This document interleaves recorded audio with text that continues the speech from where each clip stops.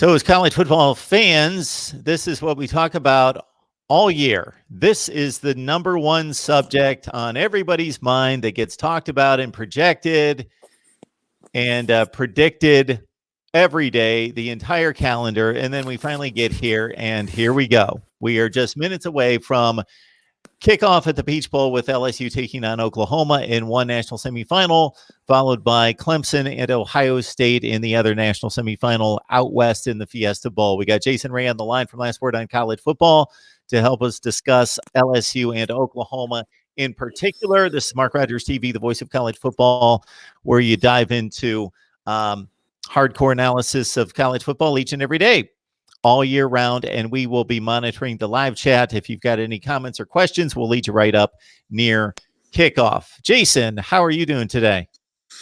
Doing good, Mark. Thanks for having me on. Like you said, it's been a long season, kind of a short season in the same regard. It seems like just a couple of weeks ago we were in August kind of talking about how the season might go for Oklahoma just in general, but here we are at the college football playoffs. Yeah, make this comment on a routine basis throughout the year that if you are into sports across the board, the college football season is the one that you have to cherish the most because we've only got 12 regular season games. They only play one time per week, obviously, as opposed to baseball and basketball and hockey. And then on top of that, they play the shortest calendar year by far. It's not even close. So we've got to cherish our college football season, and it's a precious few weeks. It's about 15 weeks, and here we go. We've got the two playoff games, so it's not weeks and weeks and weeks and weeks of playoffs like in baseball, basketball, or the NFL. We have one day of playoffs. That's it. For everybody that thinks it's overloaded, too many teams, shouldn't go to 8, here you go. These are your 6 or 7 hours of football for the one playoff day. And we've got LSU and Oklahoma, and we've got Ohio State and Clemson. And I would say for the only year of the playoff going back to 2014, we've got an undisputed 4. It is difficult to make any argument for any other team having earned or deserved a spot in the playoff. We've got 3 undefeated teams, and we've got a conference champion with 1 loss as opposed to no other independents, i.e. Notre Dame, or a Pac-12 champion with 2 losses. So Oklahoma certainly earned that 4th spot based on logic and reason of being a conference winner with just the 1 loss. Has anything transpired in bowl season that has caught your eye before we break down LSU and Oklahoma?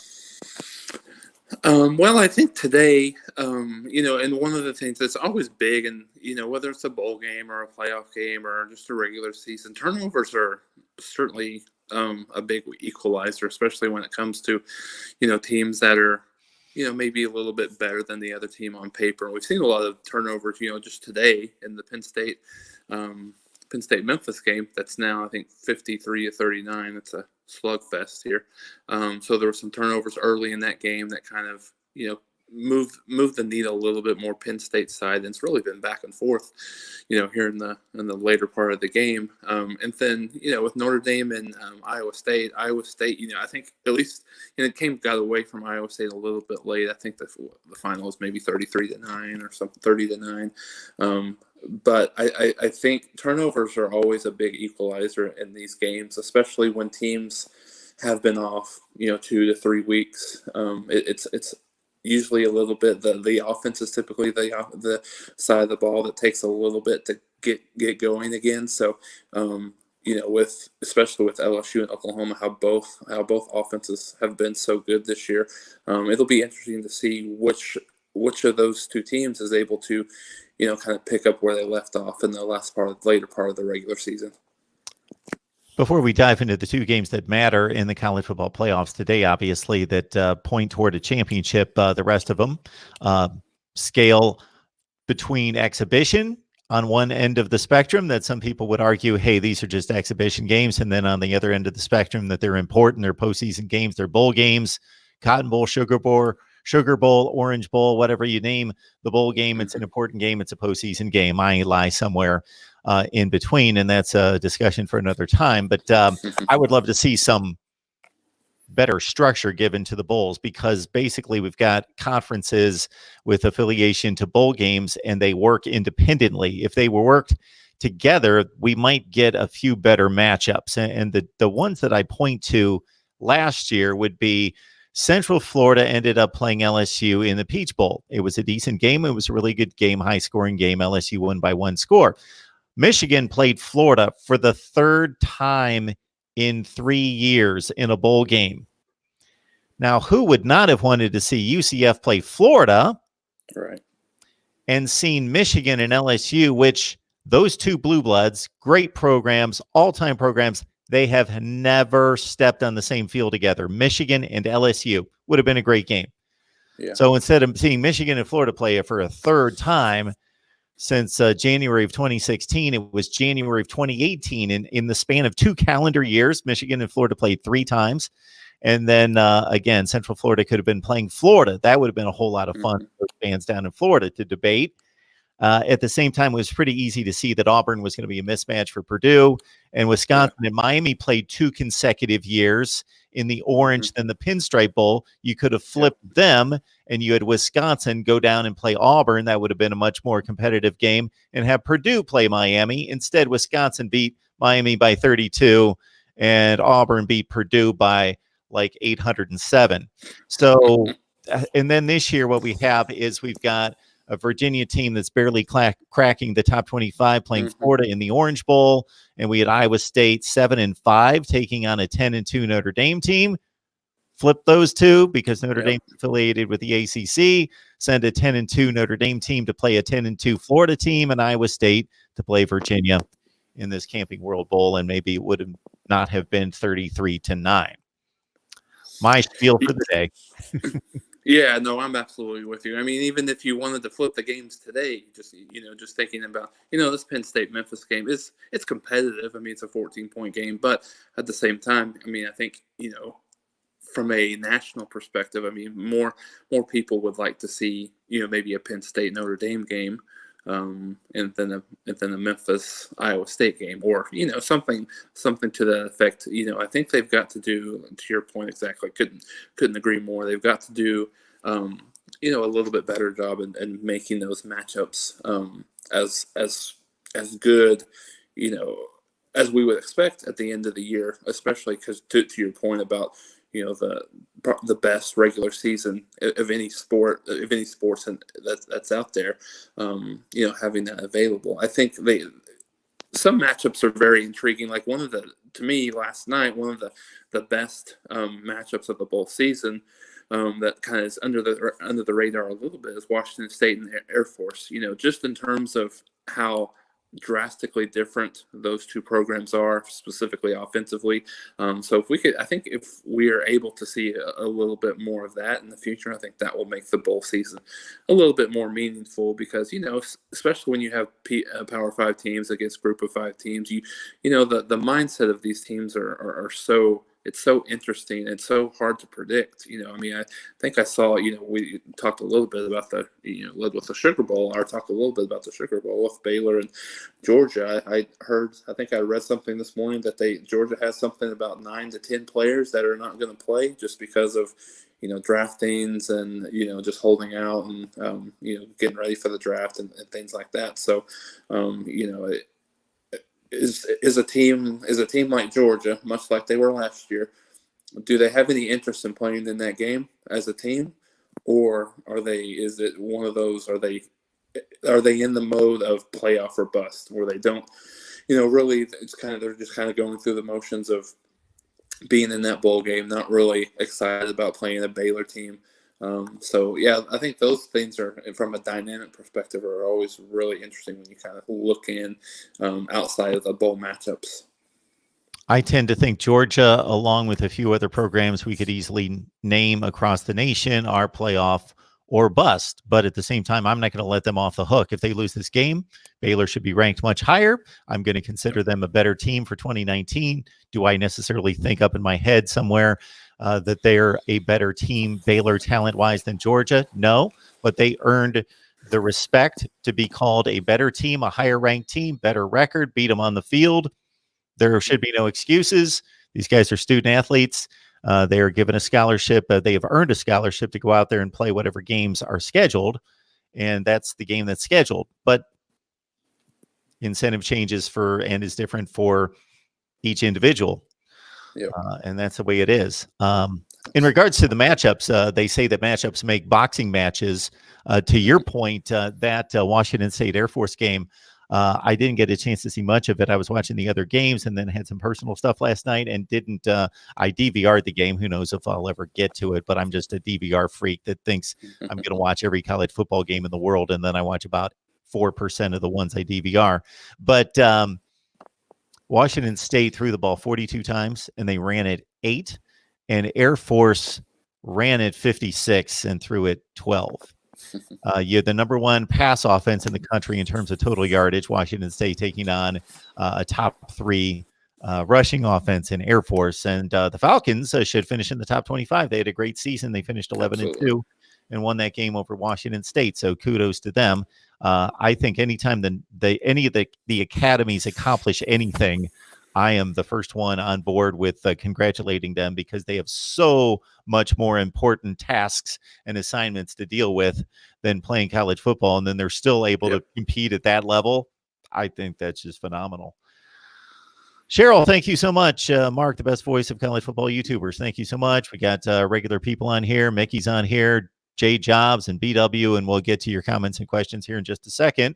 We'll get Jason's initial thoughts on the Sooners and the Tigers. Oklahoma getting just very, very little respect. I don't know that I've seen any national analysts pick Oklahoma to win the game. A few have said, hey, it's going to be a little bit closer than people expect. I tend to be slightly in that camp. I'll reveal my score very soon, but I would tend to be in the camp that's expecting, if you gave me the choice of, is this going to be a closer than expected game, or is LSU going to completely blow their doors off? I'm in the closer than expected game category.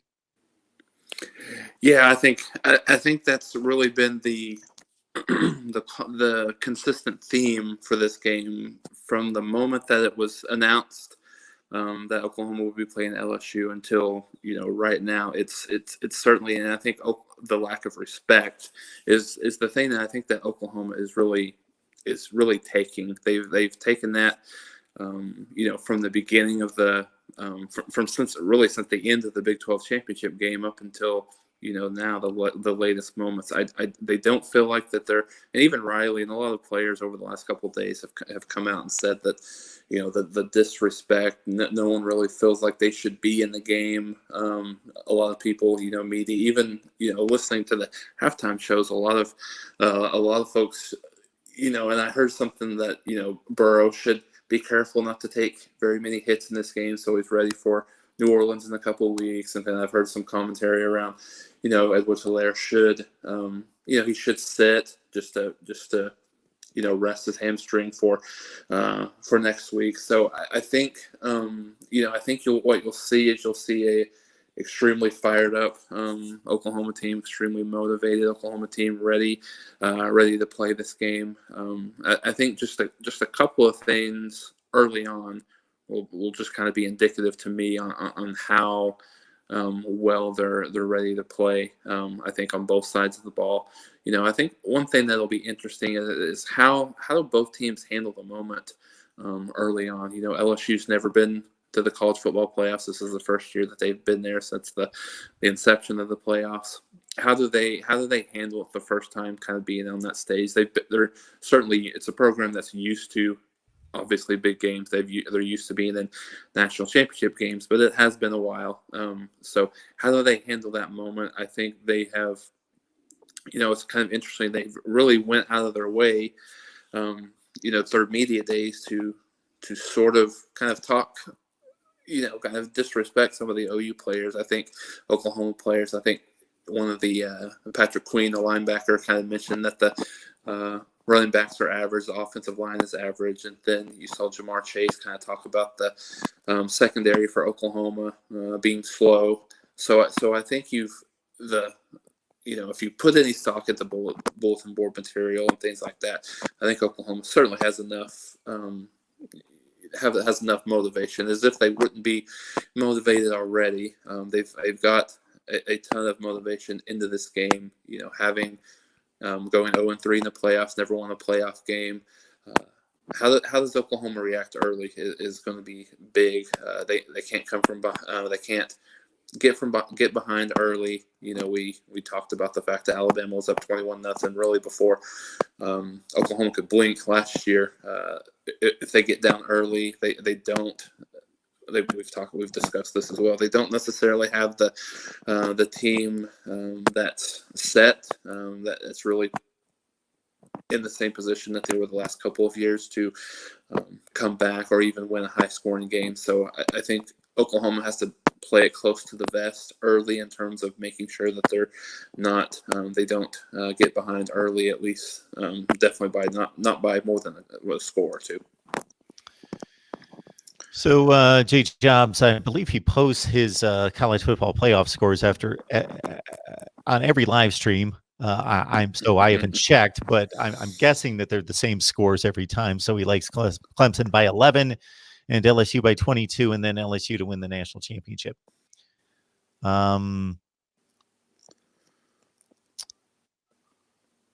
We are picking up a few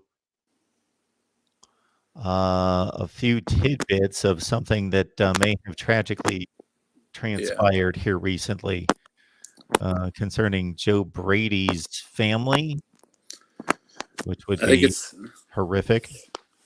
Yeah, I think from what I had read a little bit before this, Mark, it was offensive coordinator Steve Ensminger. It's his daughter-in-law it looks like she was tragically killed on a plane crash on the way to the college football playoff game. So those things are, we talk a lot about the X's and O's. We talk about football, but that's certainly something that's more than the game. Prayers and thoughts go out to him and his family as far as that goes. And I think that's one way or the other, that's going to have certainly an impact on him in this game, right? I mean, it's hard to. He has, I think he's announced, or LSU has announced that he's still going to coach in the game today. But it's hard to fathom being 100% in it. What's your focus like? How's your what are your emotions look like during the game when you're just hours away or hours ago you heard that tragic news. So that's tough. Yeah, that's beyond imaginable. It's horrific news. I got to think that there's also an effect on young men dealing with the coach, knowing what might be going through his mind, that may be a slight distraction for them. And this is just pure conjecture, because every human being processes emotions and processes situations and relationships in a completely different way. They're showing the site of the plane crash right now on ESPN. But just in regards to, put yourself in the position of a 18 to 22-year-old, knowing that you're, getting instruction and working with a coach who's going through that, and then that possibly being a bit of a distraction or just causing your mind to wander or you to feel a certain way that's taking you away from your assignment. Again, who knows what impact it could have? Next to none. It could have some impact on certain people. We're all different, but we know it's simply a horrible thing, and our thoughts and our prayers go out to the family and friends of Carly McCord. Wow. Oklahoma and LSU, again, as Jason has sized up Oklahoma back in the playoffs after an appearance against Clemson in 2015.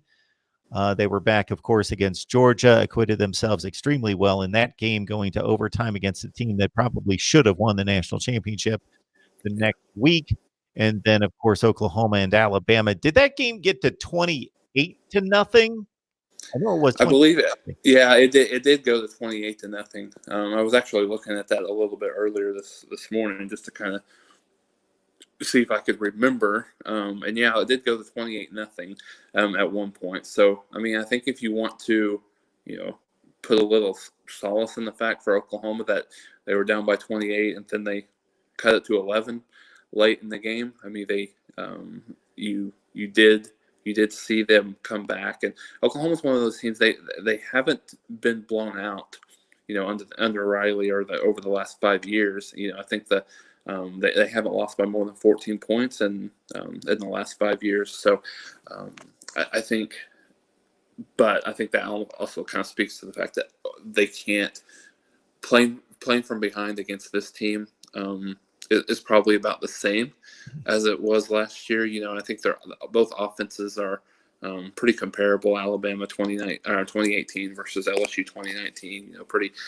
pretty close to the same. But to make this competitive, and I think most people watching that game last year never thought it was competitive. I think you saw Alabama was really able to do whatever they wanted offensively. They got you watching, even from an Oklahoma perspective, you watching that game, you kind of felt like Alabama got a little bored in the third quarter. They knew it was in hand. So that's one of the things that like I said, into this game, Oklahoma has to play tough early.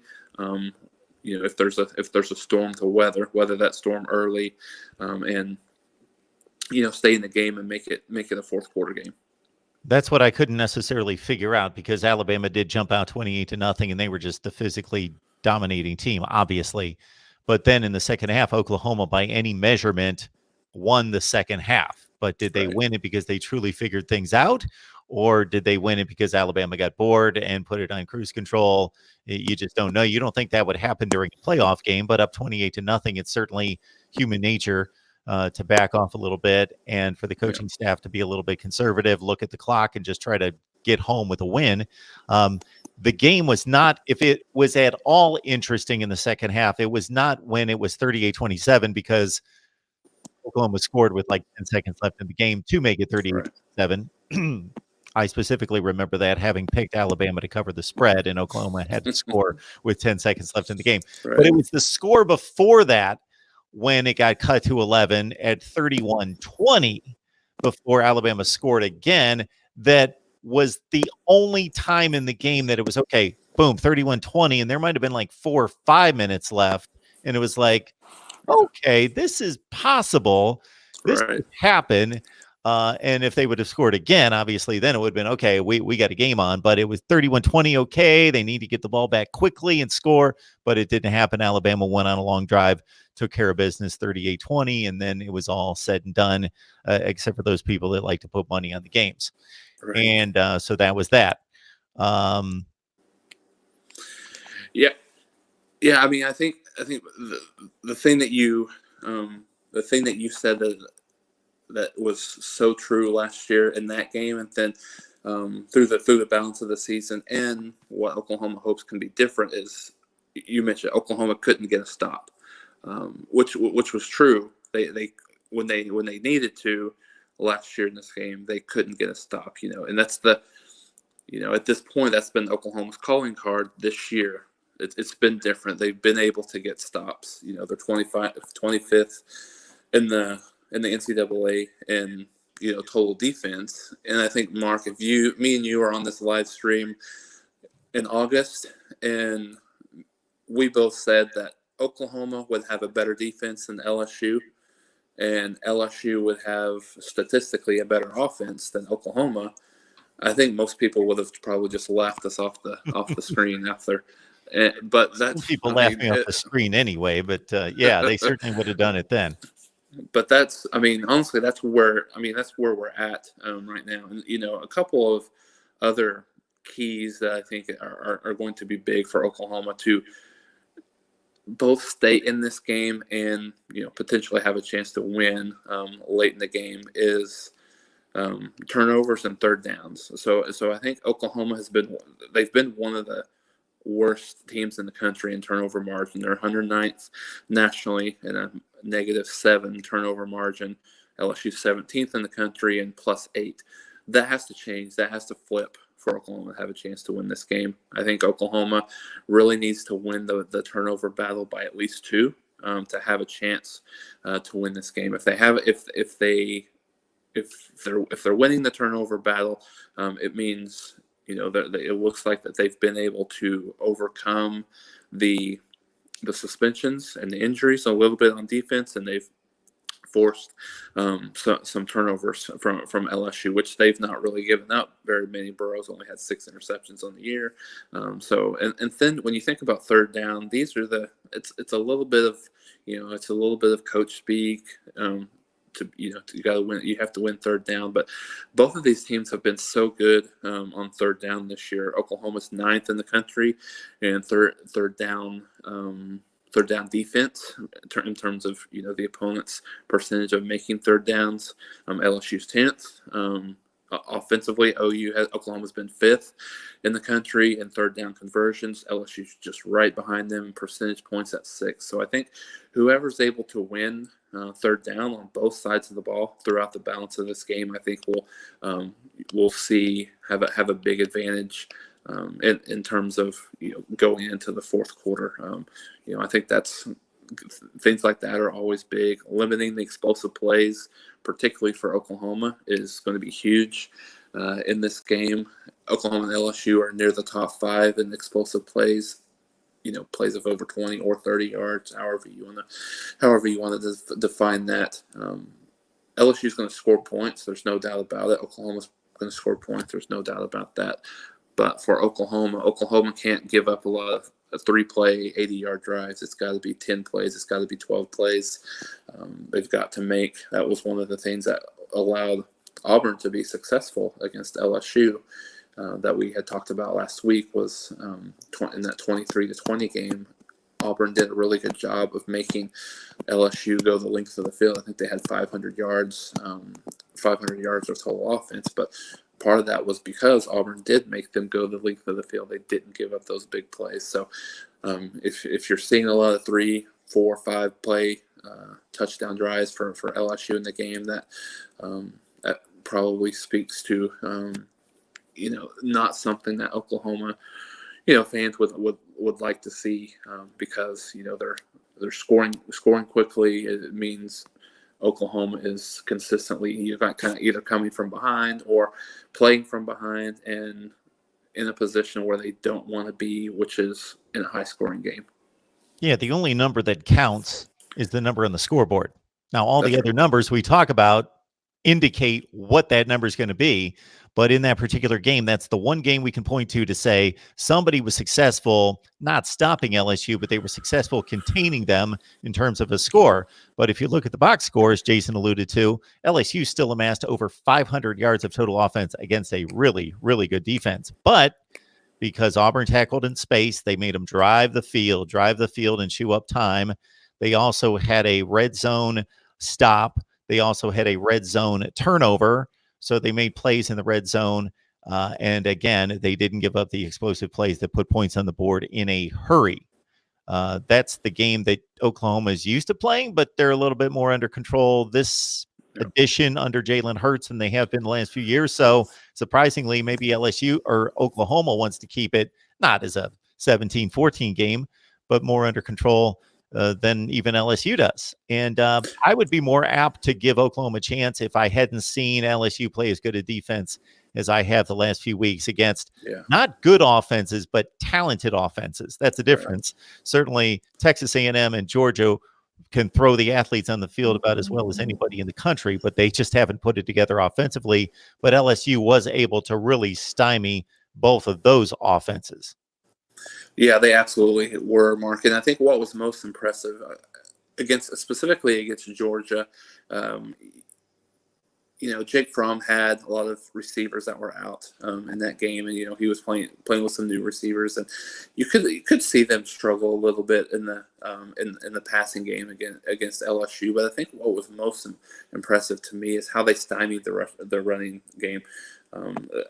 Georgia could not. I mean, they really couldn't get anything going on the ground, which kind of made them more kind of one-dimensional in that game. So, I mean, I'm with you. I think the last 2 or 3 games of the year for LSU, you mentioned Texas A&M.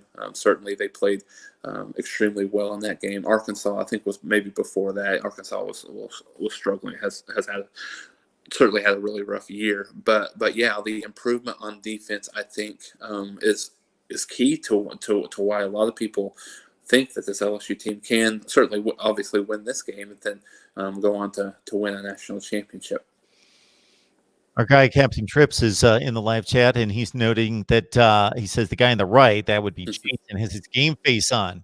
So Jason certainly covers college football, tries to do it from a neutral perspective in regards to, hey, if Oklahoma didn't play well, I'm going to tell you. But he's an Oklahoma fan. He loves Oklahoma football. So, Jason, is this a time where they're going to kick off here in 18 minutes? Is this a nervous time, difficult time for you? Oh yeah, it's always nervous. I was kind of, me and my dad have went to Oklahoma football games. We've had been season ticket holders for years and years, and we had talked a little bit. He's been a fan through the 70s, even the 60s and 70s. So he's seen a lot of good, a lot of outstanding Oklahoma football teams, and I kind of related. Our kind of my thoughts and my feelings of Oklahoma today versus, I grew up a little, obviously certainly younger. I grew up in the 90s where Oklahoma, possibly their worst decade of football within their history was the 90s. And they, when Bob Stoops came in 99 and, certainly the national championship of 2000 and, how they played well since then. I think, watching those games and kind of getting ready for those games, there was kind of an air of, but this team's not very good. They're kind of going a little bit gun shy in terms of they have had 10 years of just really bad football, and then kind of going towards the 2000s. You're just a little bit apprehensive of how good they are.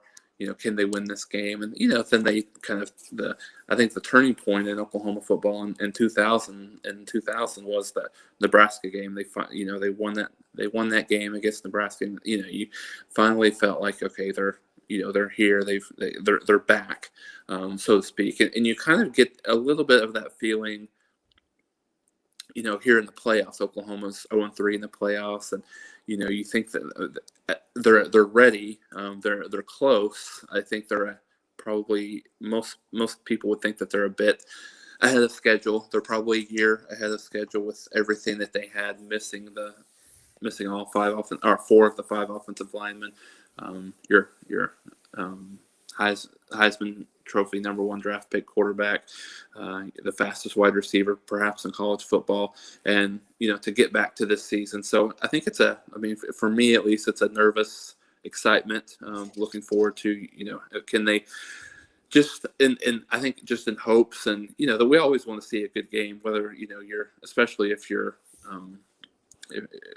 if you're not crimson and bleeding crimson and cream, or the Go Tigers on the LSU side. I think you're always looking for a good game, and I think that's what kind of the pulse of I think most Oklahoma fans right now is a kind of a nervous excitement. Looking forward to the game, looking forward to how they play, and really just at the end of the day, hoping that they can stay competitive. In terms of are you in the crowd of the this is going to be a close game versus the crowd of this could be a 14+ point win for LSU.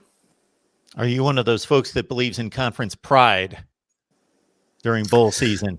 No, not really. I'm not a big a conference pride person. And you take that. I think Oklahoma. I think the Big 12 is a little bit different. SEC is certainly all about conference pride. That's really all you. A lot of what you hear on ESPN and whatever from a media perspective. But I'm not a big conference pride type of person. Particularly, you're a conference pride rival person as well. I people around here, a lot of people will cheer for Oklahoma State, if they're not playing Oklahoma, and maybe not really the same for Texas, but it's never good if I think Barry Switzer said this one time, it's never good if your rival ever wins the game. So he always said that he hoped Texas and Oklahoma State went 0-12 are 0-11 at that point, 0-11 every single year, because it does nothing but help you to see your rivals, not be successful. So kind of the same thing, from a Big 12 perspective, it does kind of help, from a national respect perspective. But I think Oklahoma and Texas have enough of a brand already established that they're Oklahoma and Texas are either those schools or maybe even Baylor now are going to get that respect, kind of no matter what happens. Yeah, so right now the Big Ten is 3-0 with 3 really good wins if you look at the competition. So I know that some people just look at the bowl records of the various conferences. Here at Mark Rogers TV, the voice of college football, we give it context because they're not all playing the same teams, and you got to look at the seedings. You got to look at how good the competition is. We had a situation where Michigan State would roughly be the 8th seed in the Big Ten. They took on Wake Forest that was more like the 3 or 4 seed in the ACC. Yeah. They won that game. Iowa USC, I saw it stated in the chat a number of times that Iowa blew out USC. We'll put that into context. For 3 quarters, that was the best football I've seen during the bowl season. They were the first 2 ranked teams to play on the same field at the same time. And it was a tremendous game at 28-24 at one point. Keaton Slovis, the outstanding USC quarterback who went over 30 touchdown passes last night, was knocked out of the game, and then it became an Iowa rout. Now, Iowa was winning the game and probably would have won. They looked like the better team, but that looked like it was going to be a really down-to-the-wire game. Iowa won it 49-24, I believe, was the final. And then we talked right out of the gate about Penn State's win against Memphis. Memphis threw the ball all over the field for about 500 yards. But Penn State, as is the case when you get a Big Ten team or a Power 5 team, but I think the Big Ten in particular against a group of 5 in this kind of situation, Penn State just beat on them the entire game, and it finally kind of just broke their back in the fourth quarter.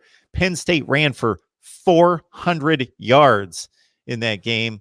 And even though Memphis got their points, when they did get stopped, it was Penn State's defensive line just kind of breaking contain and throwing the quarterback Brady White all over the place is when they would get their stop. So it was a Penn State offensive line, defensive line versus Memphis's passing game and playmakers on the outside. And it made for a fun, what you talked about, Jason, before, matchup.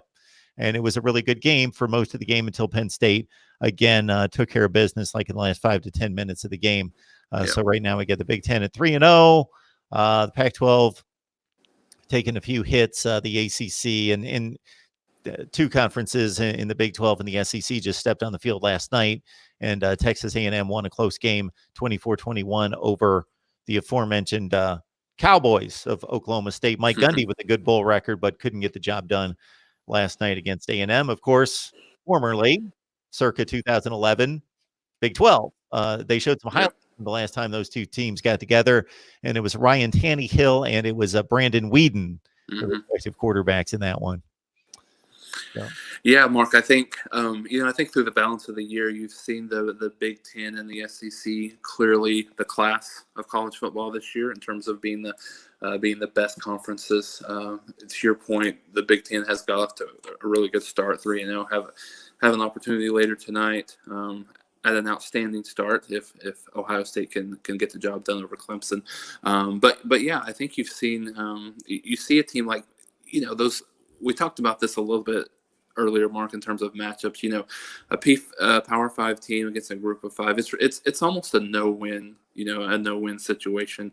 I think in terms of your Penn State, you're expected to beat a team like Memphis. You're expected, maybe not necessarily blow them out, but you're expected to beat them, convincingly. And I think it all comes, like we talked about earlier as well, it all comes down to mentality in these games. I think if you would have seen maybe an Ohio State land in this game versus a Penn State, Ohio State has had national championship aspirations all year, and if for whatever reason they would have ended up, upset a couple of times, and then in this game, you may have seen a different mentality.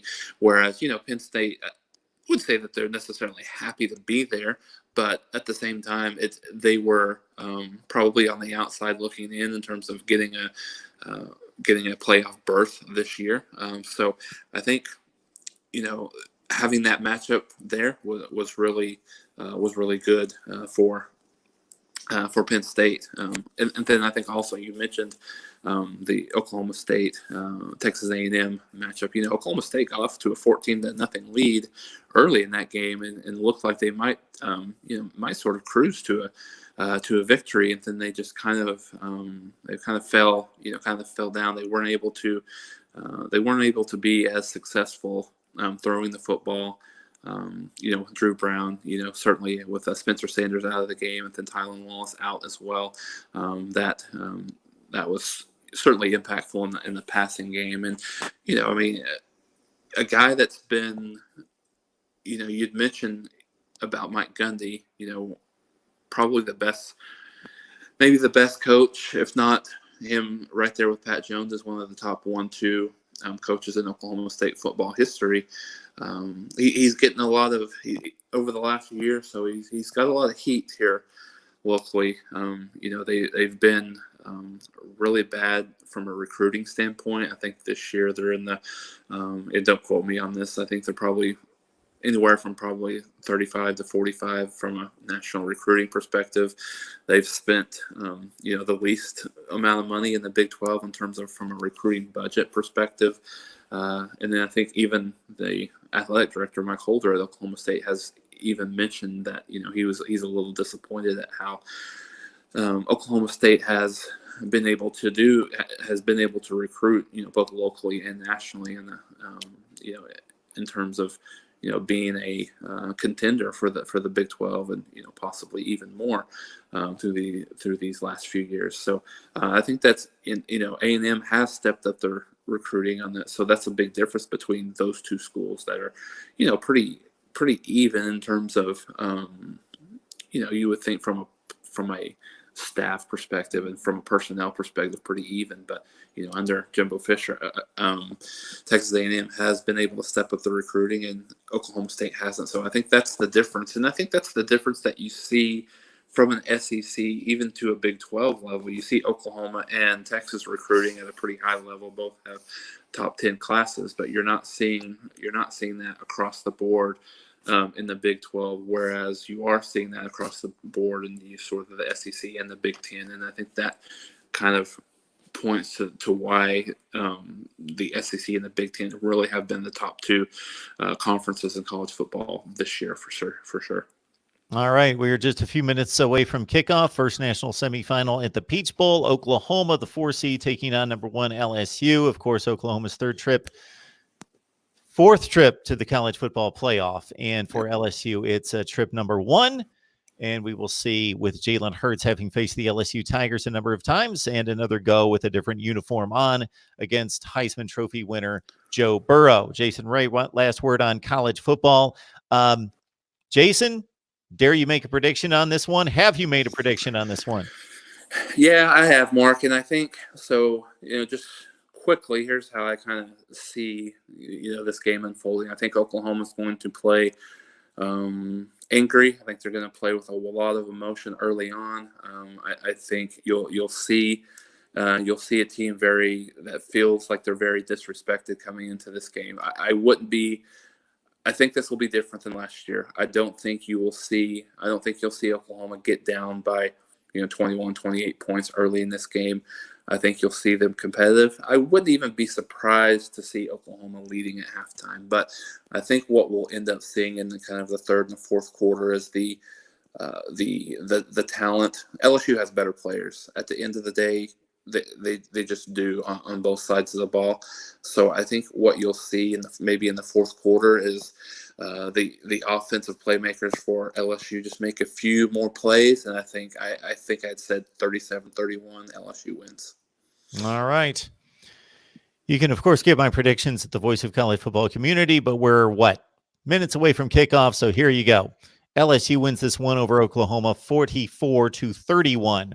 There's my score right there. I think it's going to be competitive, fun, probably not down to the final minute.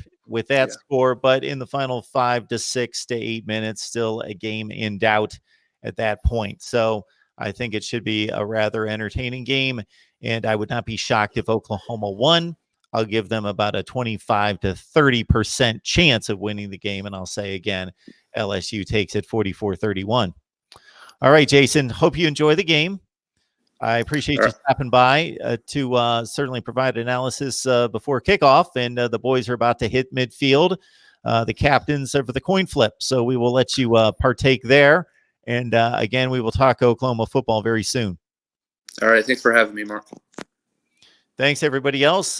We will join you possibly at halftime, and then possibly after the game, depending on how close it runs into the other semifinal game right here at Mark Rogers TV, the voice of college football. Great. Thanks, Mark.